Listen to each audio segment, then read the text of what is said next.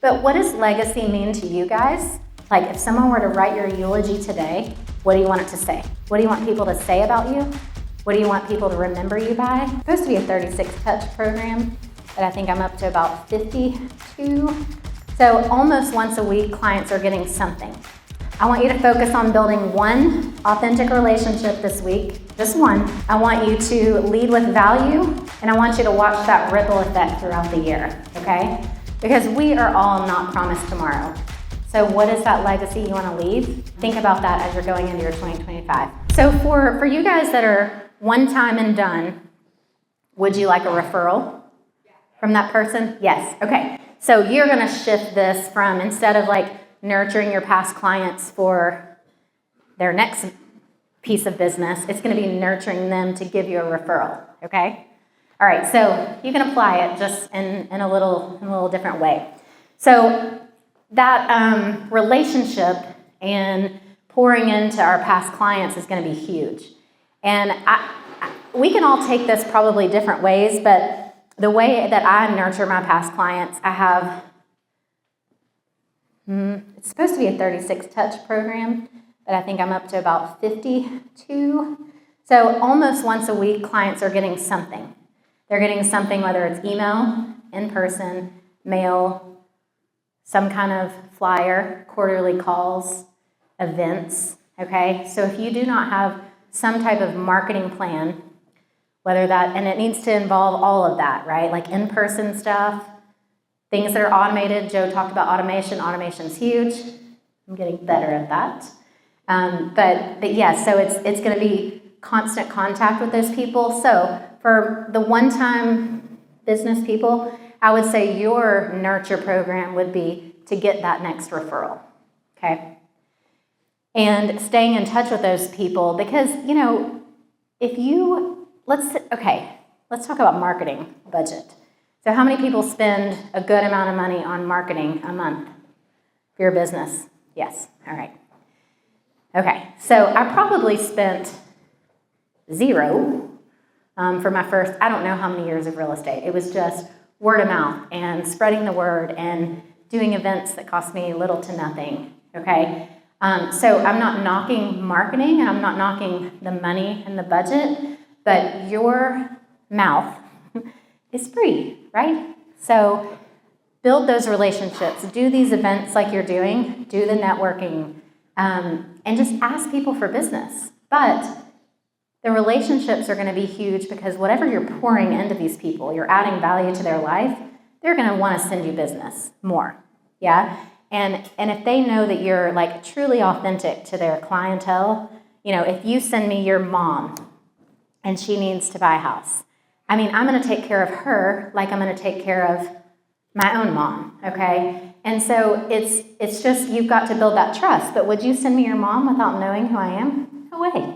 You know, so it's building that relationship and building that trust to get those referrals.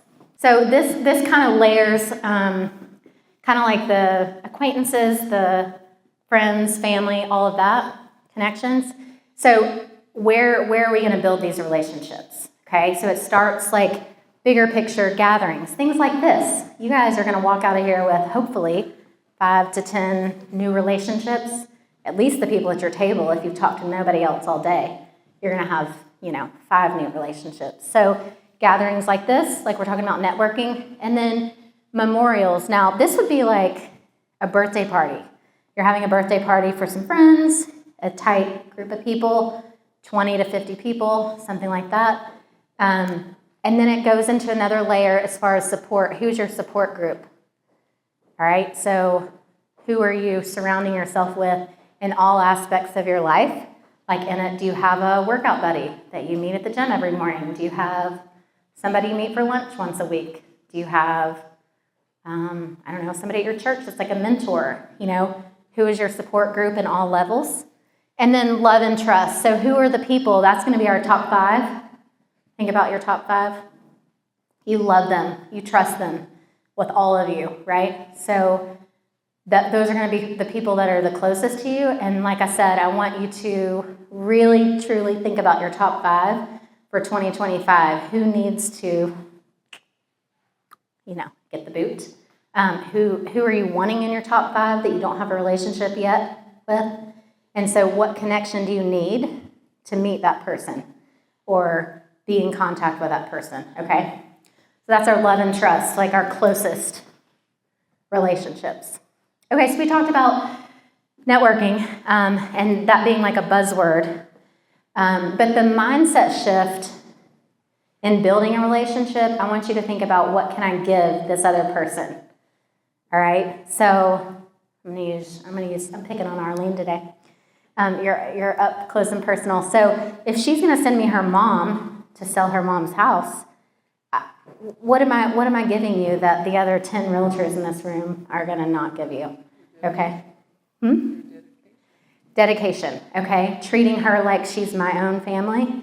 And then my commitment to you as to, I'm going to see this through. And no matter what is the right thing for me, it's going to be what's best for her. Not commission for me. Not because I need to sell this house in 20 days to up my numbers. It's like, what is the best thing for her? And I think in any relationship, if you think about what can I give, what value can I add to your life, you're going to truly build authentic relationships, okay? And if you think about like the ripple effect of what that means, an authentic relationship, how many of you guys have met somebody today that is like, wow, that was a powerful interaction, and I'm going to like stay in touch with that person? Has anybody met? Yes. Okay. I'm bringing the mic to you. Sorry, putting you on the spot. Tell me kind of why. What's that? Like what the interaction was like and why it's so powerful. Well, I met a couple good people, but one that stands out is Vernon. Just talking to him about our shared experiences and stuff, seems like he's a really good dude. Awesome. Okay. Vernon, way to go. Is he still here? He was sitting here. Oh, okay. Maybe he's stepped out. Okay, awesome. So hopefully you guys all have met at least one person. I think it would be safe to say it's Joe and I's goal for you guys to walk away with like 5 to 10 super powerful interactions and connections for you guys to move forward and help each other's business, okay? Okay, so the transformative power of authenticity. We're talking about like, what does it take to build an authentic relationship? Can you tell me anything? Transparency. Yes. So trust, transparency, vulnerability. Yes. And you guys know if you meet somebody and they're like truly authentic and they want to get to know you, you can tell right off the bat versus somebody that's completely fake. Yes, we've all had those interactions where you come up, you meet somebody, and you can tell they just are saying what they need to say to get by you and move on, okay? We've all had those interactions. And I think that if we're truly, I think another part of it is being present. So being present enough to like slow down in the moment, listen. We talked about that, listening, yes. And then we're authentic, okay? So we're building that trust, we're vulnerable, and we've slowed down enough to truly listen and care what that person's saying. Relationships that can transform you and relationships that can transform your world. So we talked a little bit about the ripple effect of meaningful relationships and how powerful that is.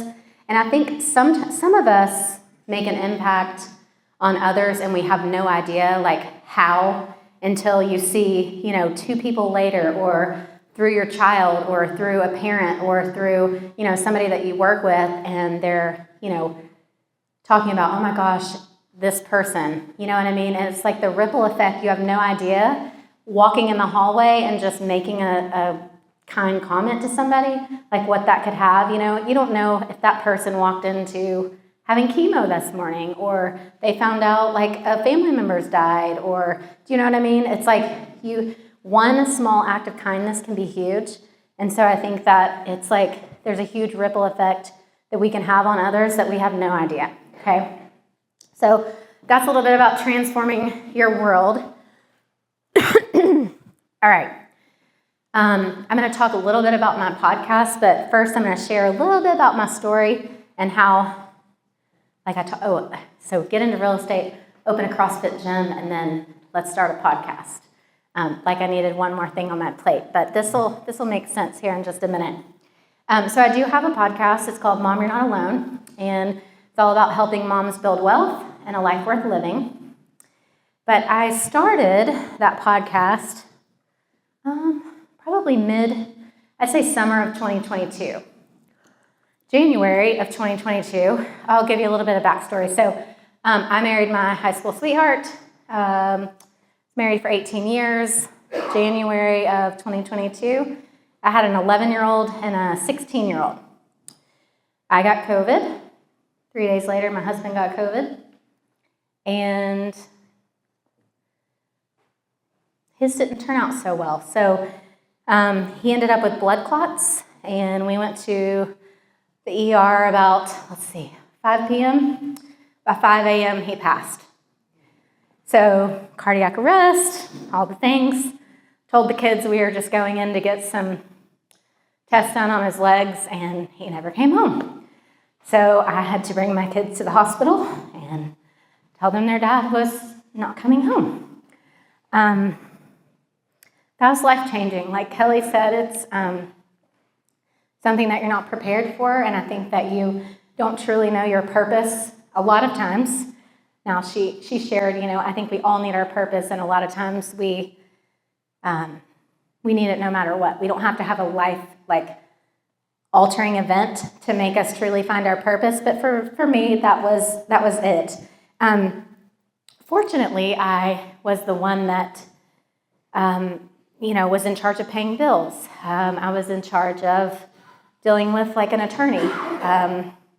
I was the one that dealt with the CPA. I was the one that, all of those things. So that was great for me in a sense that I knew where stuff was. But navigating all of that was challenging. And so I was like, I feel called to help women, help moms in this arena. And I met with Joe. Actually, funny story about Joe. I'll lighten the mood. He was going to try to sell me on something and talked me into starting a podcast. I was like, I feel called to help, these mamas that are in my situation, single moms, they're left with kids and no direction, and and I've got a lot of knowledge, I've been investing and I've been, doing all these things. I feel like I can help these moms. He's like, you should start a podcast. And I'm like, no way. I'm not going to be on camera. I don't like to speak in front of people. Here we are. And so anyway, after a little bit of convincing, he helped me start the podcast. So that's what the podcast is about. And like I said, the mission is just to help moms build wealth. I will give you guys a tool later in the talk. There's a net worth calculator, and that's kind of my passion. This is not, there's lots of men in the room. This is not, sexist towards you. Obviously, plenty of people helping men, but my passion's women and moms in general. So that's my story. That's about the podcast. So let's go back to practical tips for building relationships. So we talked about being present and actively listening, making other people feel heard. Leading with value is another huge one. So we want to find ways that serve and support other people.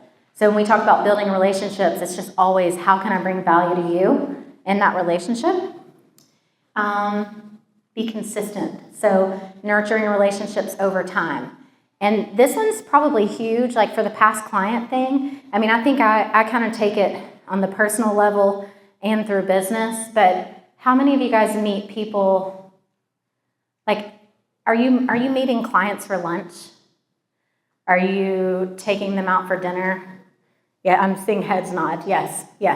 Okay, so we're pouring into them, and it takes time, but I think we have to be consistent with that.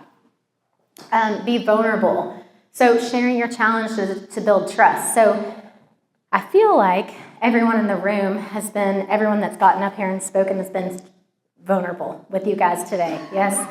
And Kelly has for sure. I know we were like, wiping her eyes while she was telling her story. So I think, being vulnerable, and if you are truly authentic and vulnerable with your clients, it's going to be easy to build that relationship and build that trust. But specifically sharing challenges. So I think that if you are meeting clients and you're keeping up with them, this is past clients, and you're like, what are your goals for 2025? They may be in a completely different industry than you. So sharing those challenges, I might say, Arlene, I'm really trying to sell, actually, I would not say that. That's too salesy for me. I would say, I'm trying to help 100 families this year. Who do you know? So it's just however, sharing challenges, and then, I would share, this market's crazy. These houses are sitting on they're sitting here for 45 days, and we used to sell them in a week, that kind of stuff. So sharing challenges, and then how can you support each other? What are you struggling with? Maybe your client's just a stay-at-home mom. What are you struggling with? And she might be like, well, having an adult conversation, I talk to my 6-month-old every day, or whatever it is. And so sharing those challenges, and then celebrating others. So how many of you guys celebrate your client success? Yes? All right, so we want to celebrate their successes. And this could be I think Ben talked about this, celebrating your own wins, but celebrating their successes.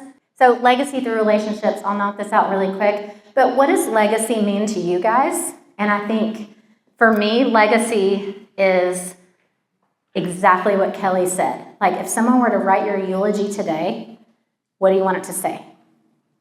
What do you want people to say about you? What do you want people to remember you by? Okay?